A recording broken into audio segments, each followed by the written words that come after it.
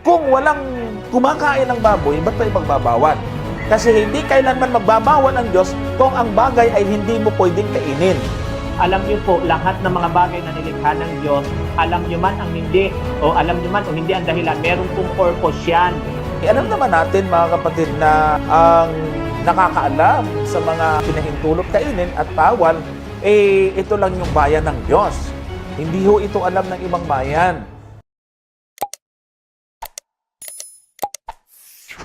Brother Neruby Di Papel. Alam naman natin hindi niya totoong pangalan. Basta si Di Papel.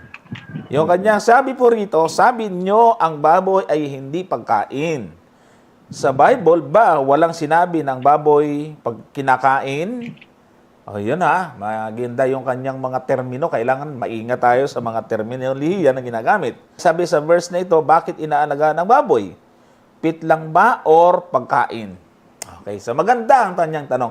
Ang kagandahan sa taong ito ay maayos magtanong at wala siyang hindi siya katulad ng iba na hindi naman siguro ito member ng bad words gang. Okay. Okay, so tatlo yung ating bibigyan ng liwanag ngayon. Ang baboy ba hindi pagkain? Tapos wala bang sinasabi na ang baboy ay pagkain? Pangalawa yan. Tapos doon sa talatang iyon, ay bakit inaalagaan ng baboy? Ito ba ay pet or pagkain? Bigyan mo na ng definition of term, Brother Richard. So, sabi kasi natin, ang baboy hindi pagkain. Paano ba natin sinasabi? Yung ating bang stand na ang baboy hindi pagkain ay biblical, Brother Richard? Ay opo, kasi kung ating papansinin nga, yung nasa Deuteronomio 14 at maging yan pong nasa Leviticus 11, Brother Johnson, hindi talaga siya bilong doon sa ipinapakain. So therefore, kasama siya, mga kaibigan at mga kapatid, kasama siya kahit po sa Septuagint ng ang Greek Old Testament, na tinawag, Brother Johnson, na part siya ng akatarton. Samantalang yung mga ipinakain, Brother Johnson, nasa kaisipan nga ng mga Hudyo, ito yung kosher na tinatawag, ay ang mga pinapakain ay yung mga tinatawag na broma o bromata sa ibang pagkabanggit, Brother Johnson.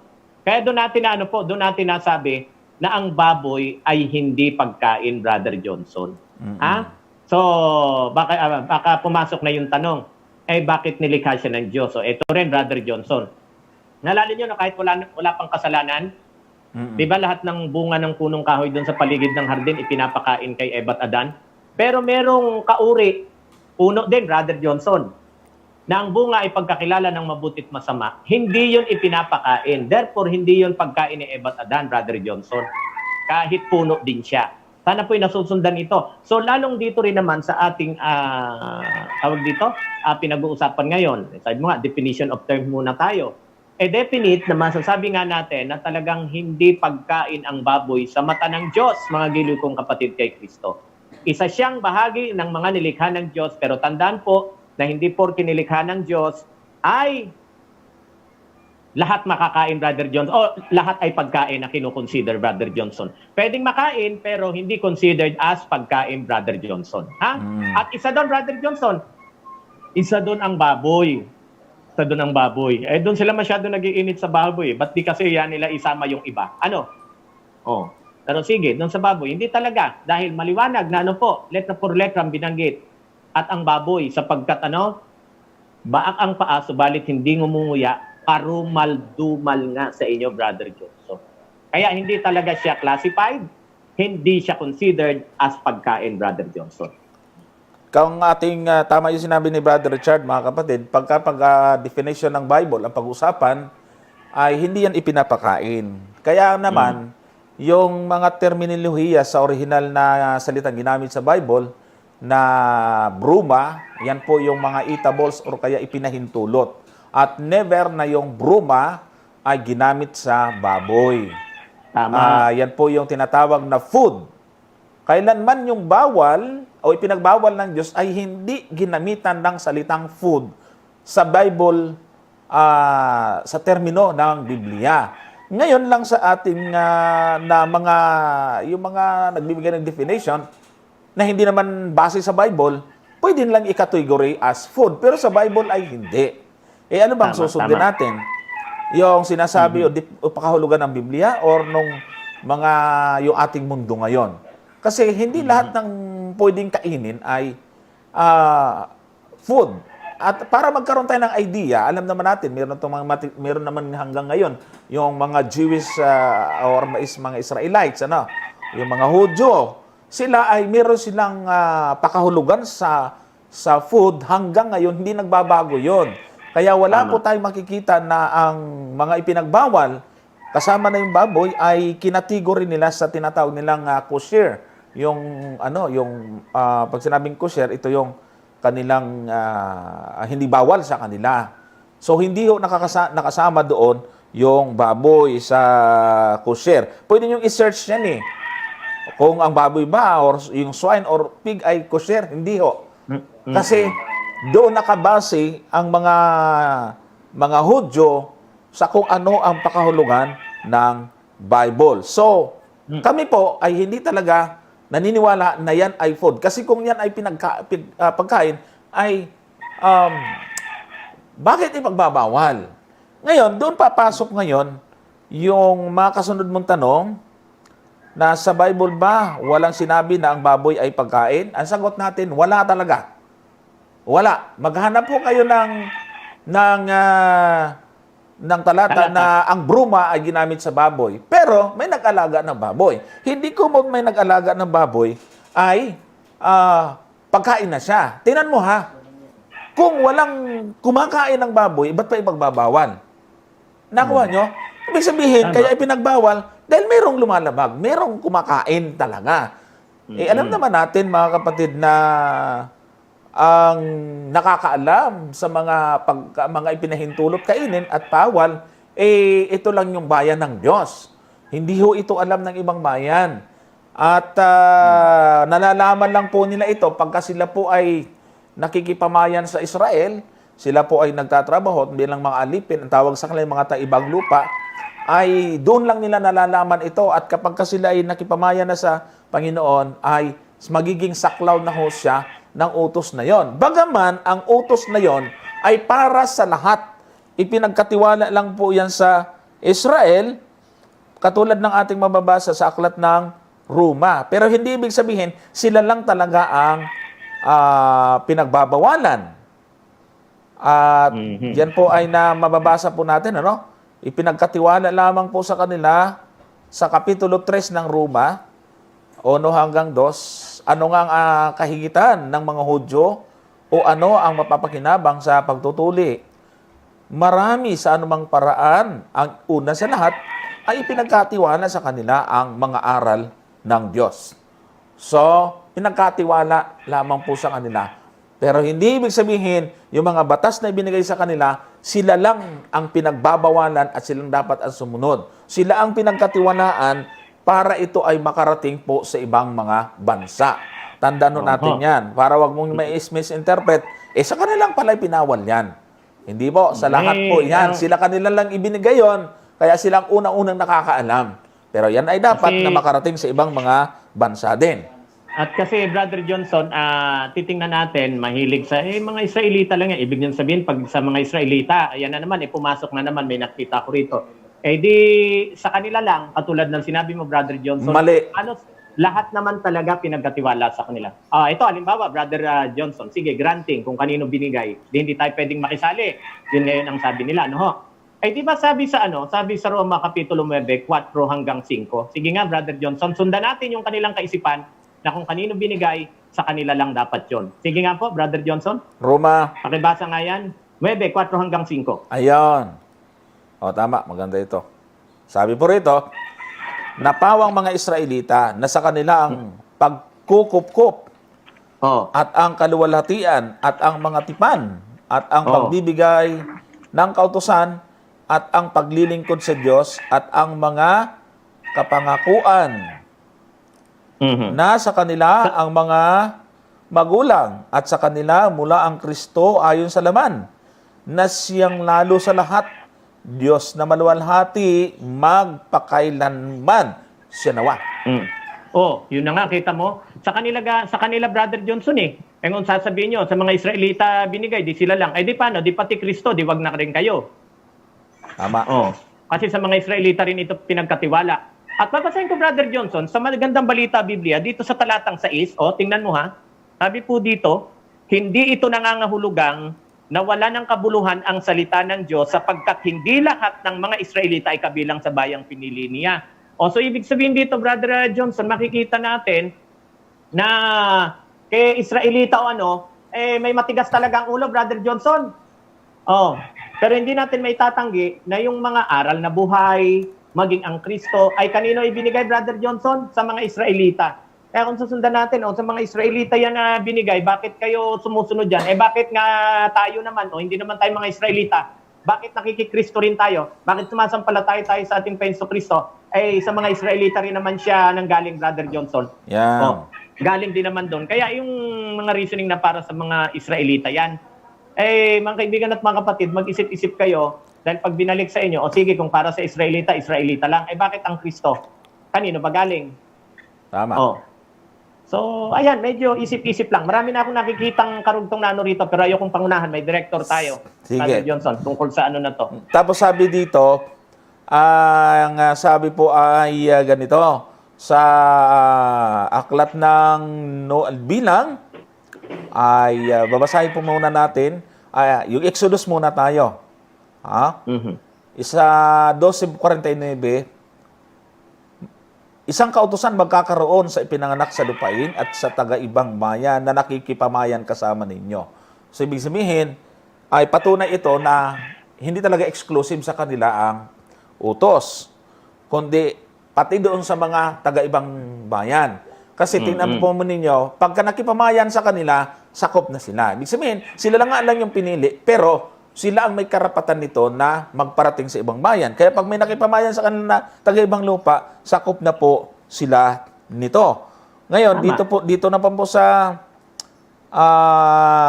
bilang 15:16. Sabi naman dito, isang kautusan at isang utos ay magkakaroon sa inyo at sa taga-ibang bayan na nakikipamayan sa inyo. Marami pa po actually ito, mga kapatid, na isa lang talagang kautusan ang meron ang Diyos. Kaya, hindi ibig sabihin, ang Diyos din ang nagbigay sa atin. Napansin po ninyo, hindi naman nagbigay ng Diyos ng utos doon sa ibang bayan eh. Isa lang ang binigyan. Kasi kung totoo na ang sinasabi po ninyo ay kanya-kanyang bayan, ibang kautusan, sana nagpadala din ang Diyos ng ng another sets of law doon sa mga taga-ibang lupa. Hindi, isa lang ang binigyan eh. Kaya ibig sabihin, yung palatandaan na binigyan ng ganitong kautusan, ito lang talaga yung bayan ng Diyos. Ngayon, para maging miyembro o kaya makianib tayo sa bayan ng Diyos, sakop tayo ng kautusan yan. At alam naman natin na doon sa aklat ng Efeso ay naibilang na tayo sa Israel. Kapitulo 2, ang talata po nito ay 12 ng aklat ng Efeso. Sabi po ay ganito, na kayo ng panahong yaon ay mga hiwalay kay Kristo na mga di kabilang sa bansa ng Israel at mga taibang lupa tungkol sa mga tipan ng pangako na walang pag-asa at walang Diyos sa sanglibutan. Ayan. Ngayon, sabi niya rito, ang sabi niyo, ang baboy ay hindi pagkain sa Bible. Nag-follow up siya na maliwanag na yung baboy, sabi dito, malinaw na ang baboy ay pwedeng kainin. Tama, sinabi naman natin pwedeng kainin, pero hindi lahat ng pwedeng kainin ay tinuturing o kinukonsider na pagkain. Yung nga ating unang-unang nilinaw Yun nga, hindi porque pwedeng kainin, pagkain na. Yun nga ang tao, kinakain ng mga cannibals na mga tao pagkain na ba yun? Yun nga basahan, di ba, sa kasaysayan ng pagbiyahe nila Magellan. Mayroong kumain ng basahan. Yun nga mga wala sa katinoan pag-iisip. Yung dumi nila, kinakain nila. Correct. Pagkain na ba yun? So, ang definition ng pagkain, hindi kung dahil sa pwedeng kainin, ay pagkain na. Hindi po yan definition ng Biblia. Tandaan po natin, hindi natin pwedeng sabihin yung ating sariling pakahulugan. Hindi yan pwede natin pairalin. Kundi yung pakahulugan ng Biblia. Kaya kung po pwedeng kainin, pwede talaga. Kaya nga bawal Alam mo, kung kung hindi pwedeng kainin, hindi pagbabawal ng Diyos yan. Halimbawa, ang bato. O, hindi wala kang mababasa, bawal kainin ng bato. Kasi hindi mo talaga pwedeng kainin yan. Kaya pag sinabi, tingnan nyo ha, common sense yan. Yan yung logic yan. Pag pinagbawal, ibig sabihin, pwede nga kainin yan. Kaya bawal. Kasi hindi kailanman magbabawal ang Diyos kung ang bagay ay hindi mo pwedeng kainin. Tandaan mo yan. Ewan ko, mga magikiro, kinakain yung pako, yung bubog, yung ano. Hindi naman pangkain yon. Kaya wala tayong mababasa na bawal yon. Kasi hindi naman talaga pangkain yon. Ibig sabihin, katulad ng minamit ni Brother Richard, na yung bungang kahoy sa Eden, mas maganda pa nga ang tingin ni iba, parang mas masarap pa doon sa mga hayop, mga bungang kahoy. Kaya natukso sa kainin ito. So ibig sabihin, ang salitang pagbabawal ay may posibilidad nga na pwedeng gawin ito ng tao. Tulad ng halimbawa ng tinukso ng diablo si Kristo. Gawin mong tinapay itong bato. Alam niyo ba kung bakit niya tinuksong ganon? Alam niyang kayang gawin ni Kristong bato ang tinapay. Ha? Kasi kung kung alam niya na hindi kayang gawin, hindi niya tutuksohin eh. Kaya hindi siya magbibigay ng tukso na alam niyang imposible nating magawa. Nakuha po ninyo ang ibig kong sabihin. Tayo, sabihin na hindi pwedeng i-apply sa atin yung tukso ni Satanas na, sige, gawin mong bato ang tinapay. Gawin mong tinapay ang bato. O baliktaran. Kasi, paano kang matitukso doon? Hindi mo naman talaga kayang gawin yon. So, ibig sabihin, yung pagbabawal na kainin, kasi nga, pwedeng kainin. Kaso, ayaw ng Diyos. So, ganun po ang ibig po natin sabihin. At saka hindi lang naman, Brother Johnson, hindi lang naman baboy ang binanggit niya specifically, yung kamelyo. Ba't hindi masyadong pinaglalaban? Kasi bihira ang kamelyo sa Pilipinas. Ano ho? Pa mga binanggit yan, mga kuneho. Ba't hindi masyadong pinaglalaban na dapat kainin? Kasi hindi masyadong marketable o may market value dito sa Pilipinas yan. Pero bukod tanging talagang nag-iinit sa baboy kasi malaking industry yan, Brother Johnson. Pero kung ang atin pong tatanungin, ay yan ba ay sinabi ng Diyos na kainin? At pagkain, hindi. Kasi karumaldumal, Brother Johnson, karumaldumal nga sa inyo. So ang Diyos ang nag-declare, Brother Johnson, hindi naman tayo eh. Ang Diyos ang nag-declare. And beside, lalo na nga ako, ewan ko lang sa'yo, ako'y bihasang kumain ng ganyan noon. Naman. Sabi ko nga po eh. Sa akin nga buntot pa lang ulam na eh. Totoo yun. Dinuguan. Sabi ko na nga sa inyo, nakain na tayong bayawak, ahas. Ako din. Ano po? Bayawak, nakakain ako. Paborito ko yan. Naon. Palakang bukid. Nakain natin yan. Hindi ko lang talaga matik ay dagang bukid. So, kinakain naman natin noon yan. Kung pwede nga lang, bakit ba tayo magsisigaw ng ganito, Brother Johnson? Wala naman po tayong pwedeng pakinabangan sa ganitong bagay maliban sa pagsasaad ng katotohanan, Brother Johnson. Yun lang naman ngayon, kung ipaglalaban nyo na dahil sa nilikha, may mga nakita na akong dyan, Brother Johnson, tuloy ko na nga pansilbi niyan, bakit nilikha? Ano yung Alam nyo po, ano yung silbi? Alam nyo po, lahat ng mga bagay na nilikha ng Diyos, alam nyo man ang hindi, alam nyo man o hindi ang dahilan, meron pong purpose yan. Yung tinatawag na Brother Johnson sa ecological system, meron talaga silang bahagi, Brother Johnson at magiliw kong kapatid kay Kristo. Parang ganito, ang langaw hindi naman nilikha para kainin. Tama po ba? Pero makikita nyo, may silbi sa ecological system ang langaw. Halimbawa, pumunta po kayo sa mga kagubatan.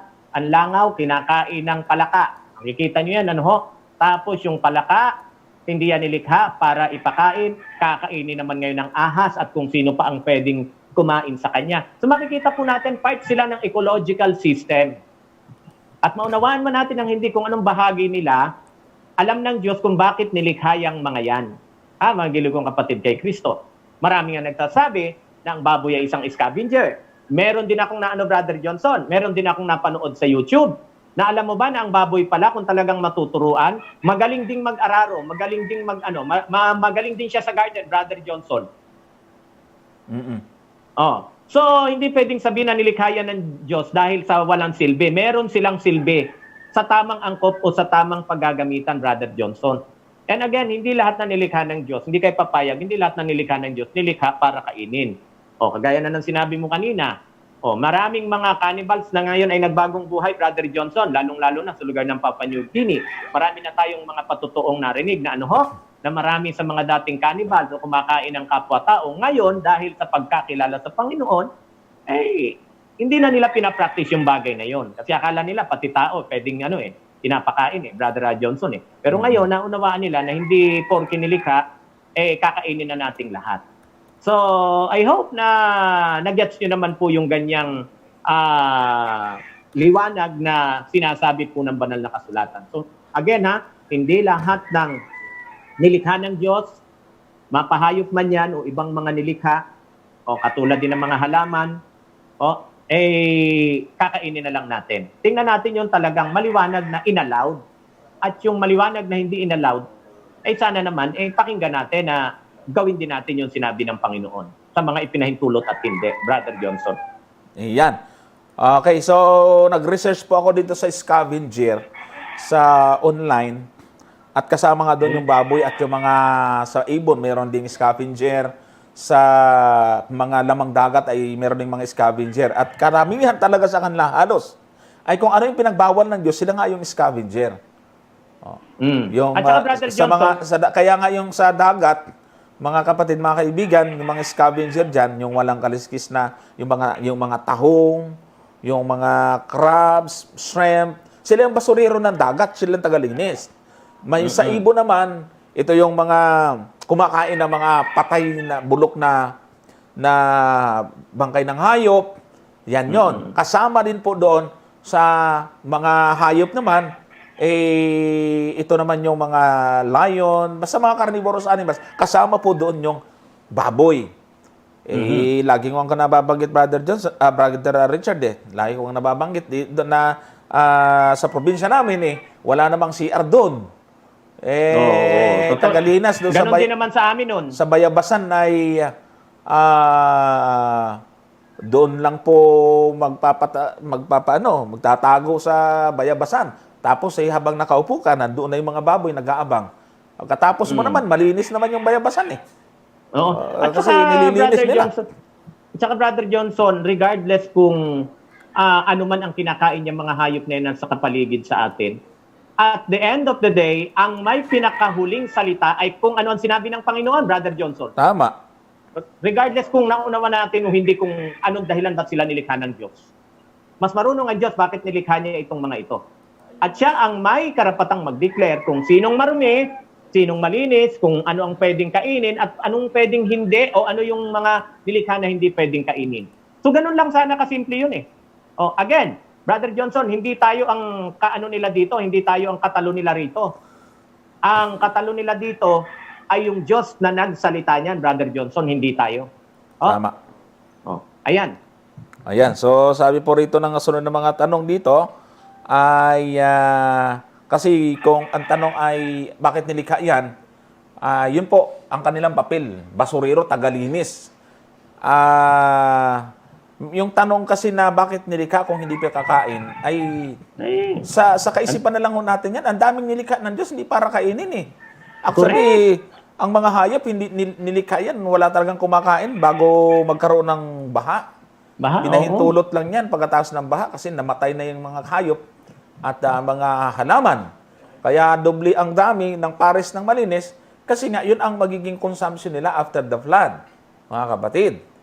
So, hindi ko yun ang kahoy Yung bunga ng kahoy doon sa Eden bakit pa nilikha? Ayaw din lang ipakain ng Diyos. Kaya dapat talaga alam natin yung tinatawag na test of loyalty na inilagay ng Diyos sa ating palibot. Mga kapatid, tinusubok tayo ng Panginoon kung hanggang saan ang ating katapatan.